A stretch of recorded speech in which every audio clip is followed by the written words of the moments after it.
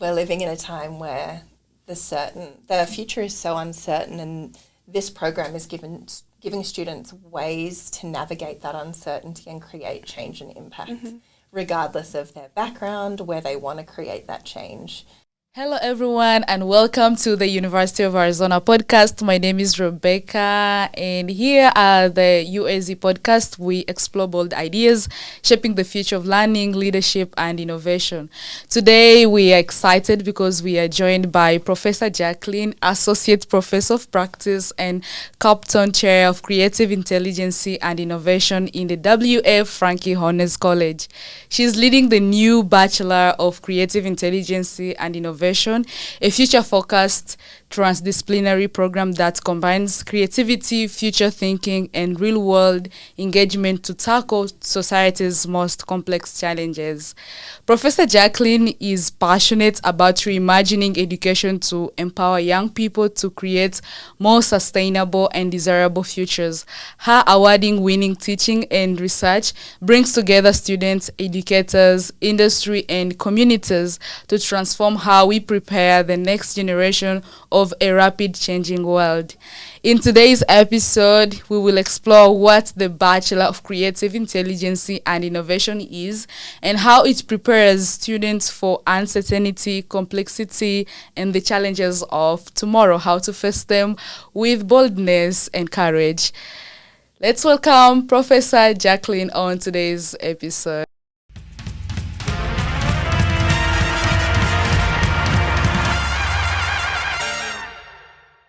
Hello, everyone. Welcome back to the University of Arizona podcast. My name is Rebecca, and I am the host for today's podcast.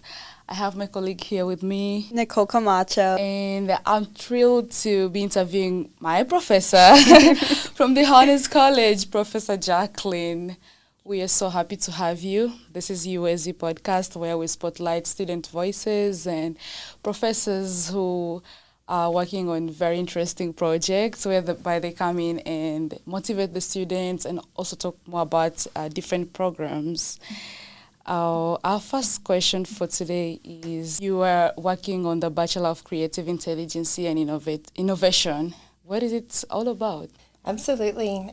So the Creative Intelligence and Innovation, or as we like to call it, the BCII, to shorten it down, is a program that's designed to support students to future-proof their careers. So it's done as a double degree, so students have another major that they're doing alongside this program. And we know that our students, when they graduate, are going to have multiple jobs across multiple industries. So how do we prepare them for that if we're still teaching in siloed disciplines? So this program is about how do we come together to solve some of the complex challenges we're facing. And as a part of that, you learn about innovation, entrepreneurship, systems thinking, and a whole suite of tools, techniques, and methods from across different disciplines. So what inspired you to be part of this program specifically? I have been working on this program for about 9 years, and it started in Sydney, Australia, at the University of Technology, Sydney. And initially I was brought in as a scientist, and I love science. Infectious disease science is my background. But I was having this real moment in my career where I was deciding whether I wanted to stay in science or pursue something else, because what I really ultimately wanted was to be able to have a positive impact in the world. And as a scientist, it takes so long when you're working on projects to actually create change and impact in the world. And I thought by staying in academia, I could write papers that handfuls of people would read. And then I got introduced to this program, which was all about how do we create change and impact in the world, and how do you bring the science perspective into that. So I dipped my toes in and taught one of the courses, and then just fell in love with the program. And so when it moved to the University of Arizona 2 years ago, I came across to deliver some courses and fell in love with Tucson. We are happy to have you here in Tucson. You've been teaching, one of the classes, and I love how you you teach, and today is kind of amazing to hear that you did something related to health science, because I thought maybe you did something of intelligence or political science, international affairs, because the way you break down every step and everything in class, it's really fascinating that like you're coming from a whole science department, which is really great. And I have to say I've learned so much on the journey of being involved in this program. Initially it was a really different space to come in where science is labs and tutorials, and there's a right and a wrong answer. To step into this space where it's more studio-based learning, there are no right or wrong answers, and so facilitating that's really different. But I could never go back to teaching traditional science. And is the program a 4-year program? Yes, so it's a 4-year program or 3-year. You can do it as an accelerated program as well. And there's a minor and a major, so the minor is 6 different courses and the major is 11. What made you fall in love with science?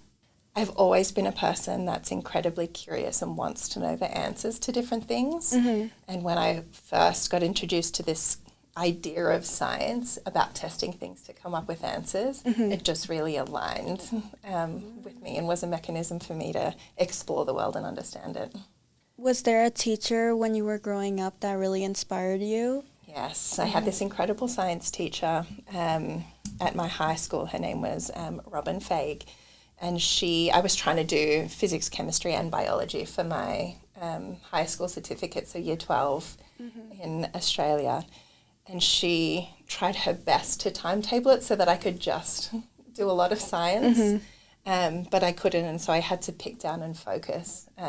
And she really supported me throughout my entire high school science journey. So if she's listening, she's the reason I got into science. Hopefully this episode will reach to her. So how did the future work and the future of education inspire the creation of the Creative Intelligence and Innovation program?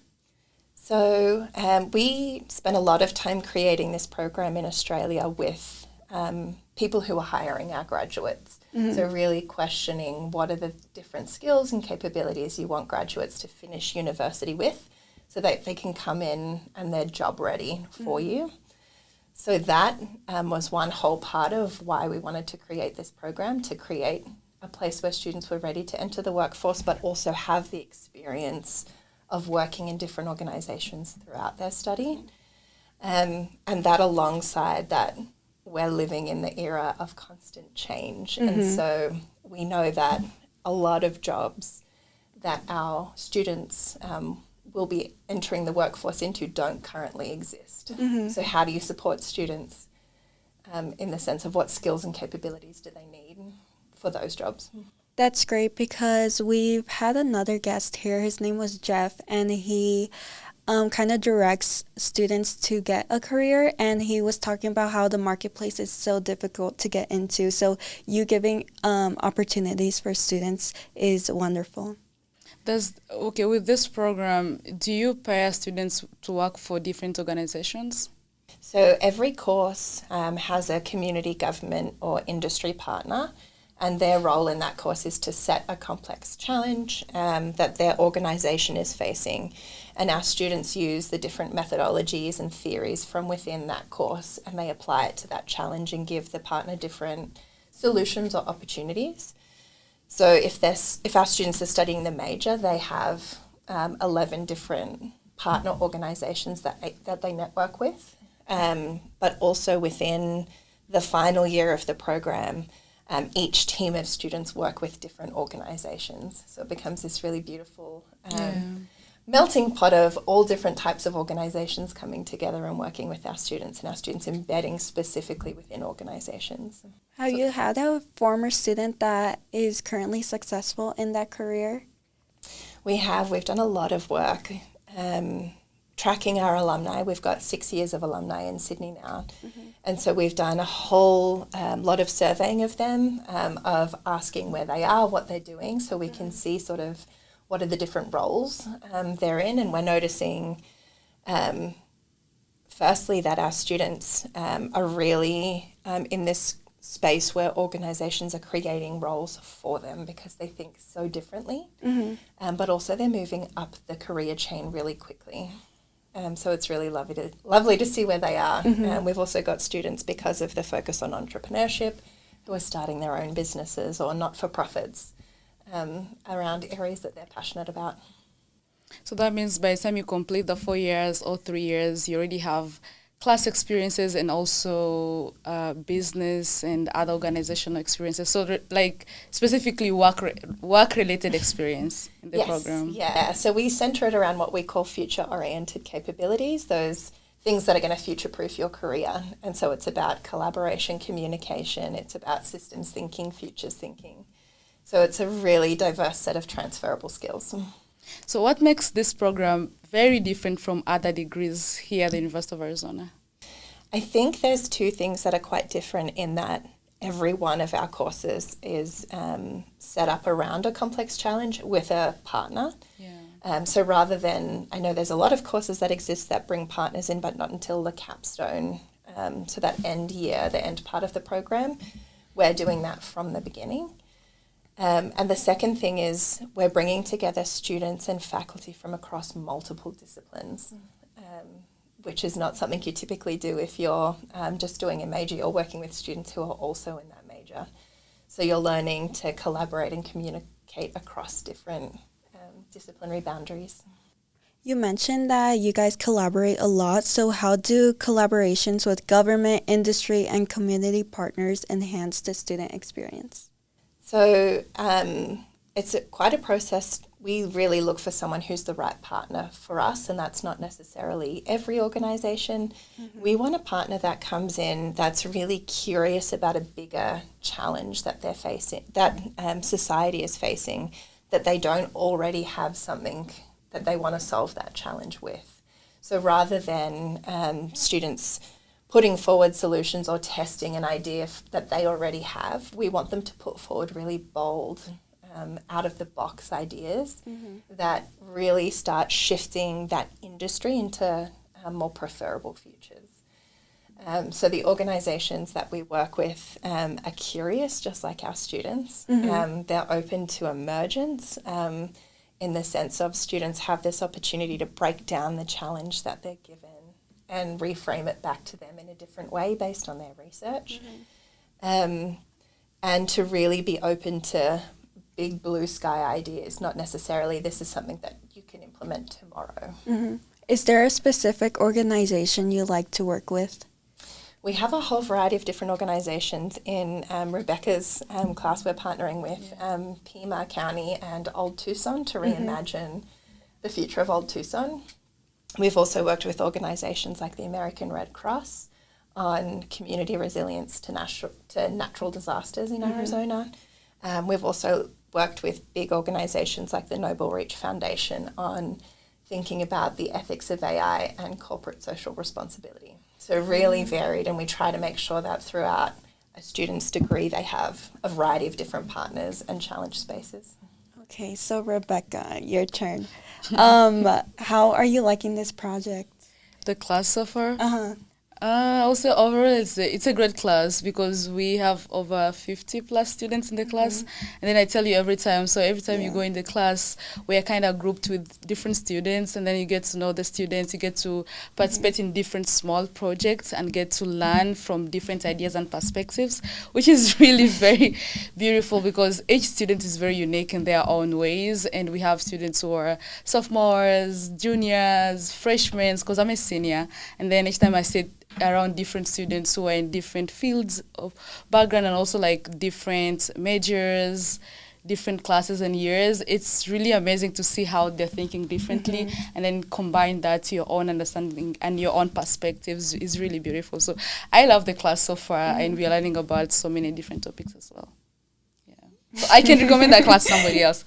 I took this class because I'm a senior this year and I need to fulfill some of my honors courses. And my professor was like, this is really a great class.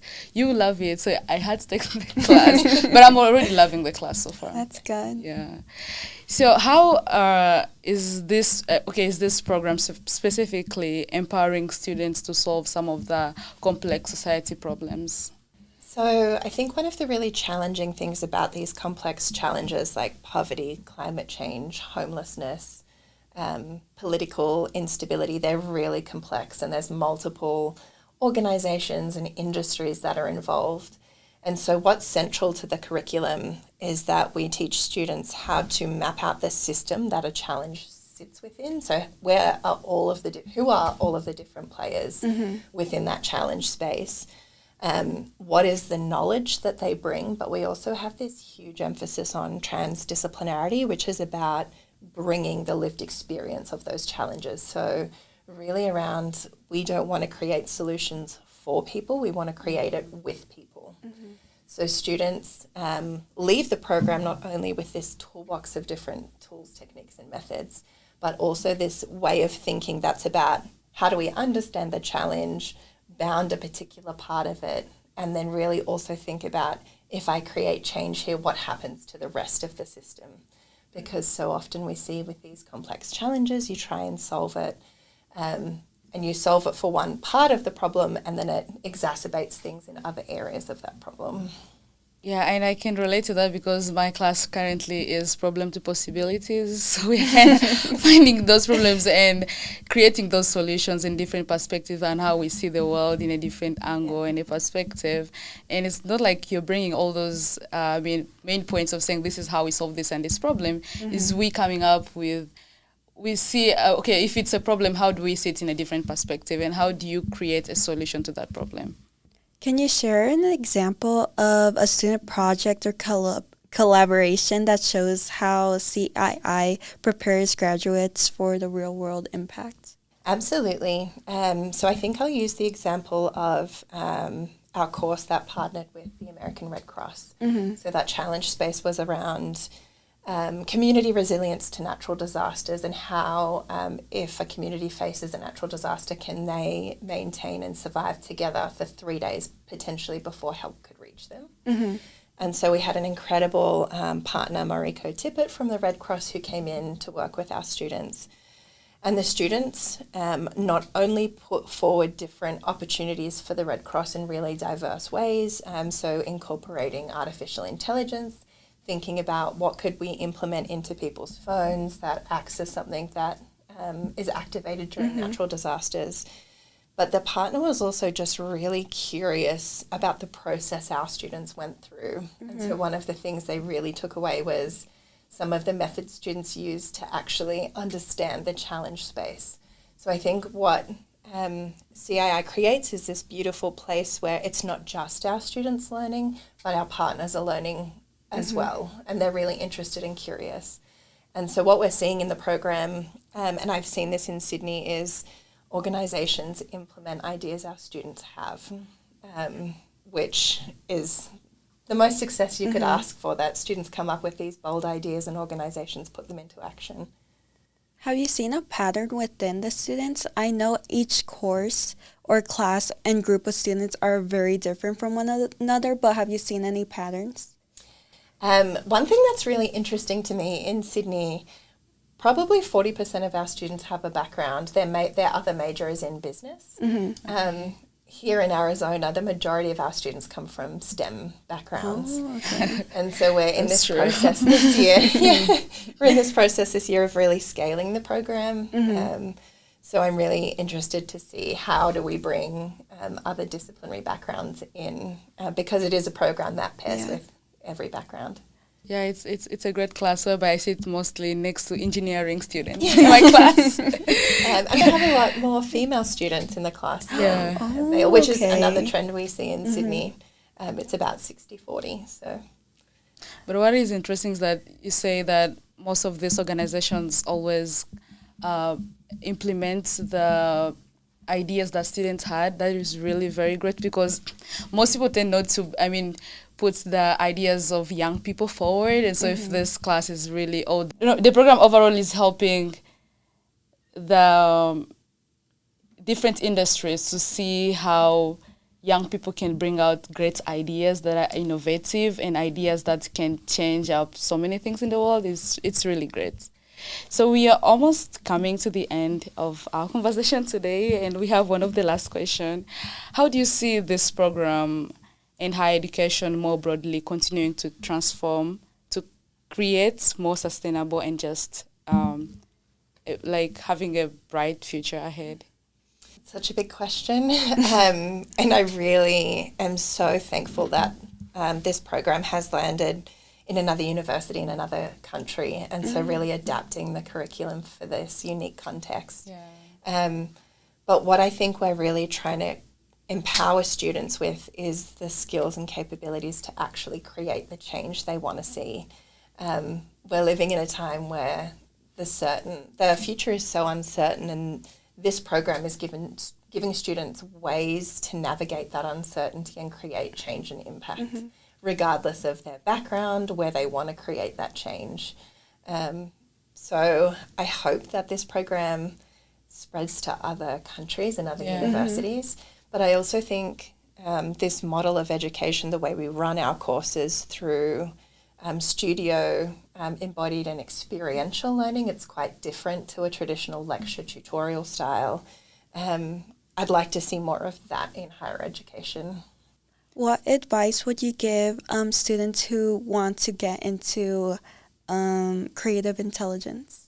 I would just say come and join us in one of the early courses. So Rebecca's in Honours 270, which is Problems to Possibilities. But we also have a course in spring, Honours 271, which is Creative Practice and Methods. Just come, you can come and observe a class. Our classes almost have open doors. Our partners are welcome to come whenever. If you want to come and sit in on a class, just connect with me. I'd be more than happy to, so you can experience what it's like before you sign up. Well, thank you so much for sharing with us more information about the creative intelligence. One of my sisters is taking, she has 3 majors so far. She has cybersecurity, she has intelligence and informations and political science. And I was telling her, we have a great program for the honors. That's yeah. And she's like, I'm already taking creative and information. But I was like, this is really a great program because I love the class so far, the way the way it's just organized and how we collaborate with each other in class. A few classes do that here at the University of Arizona. Mostly if you're like also taking classes that like the 200 level classes, 100 level classes, you find like you're so many students in a class and then you don't have that time to collaborate. But this class specifically, you get to collaborate with other peers, learn from them, from their perspective, which is really cool. And I am hopeful that the other classes are also like that overall. Yeah, so if you're really interested, I also will recommend this class and other classes as well. Thank you so much for having me. It's been a pleasure to talk about the program with you on your podcast.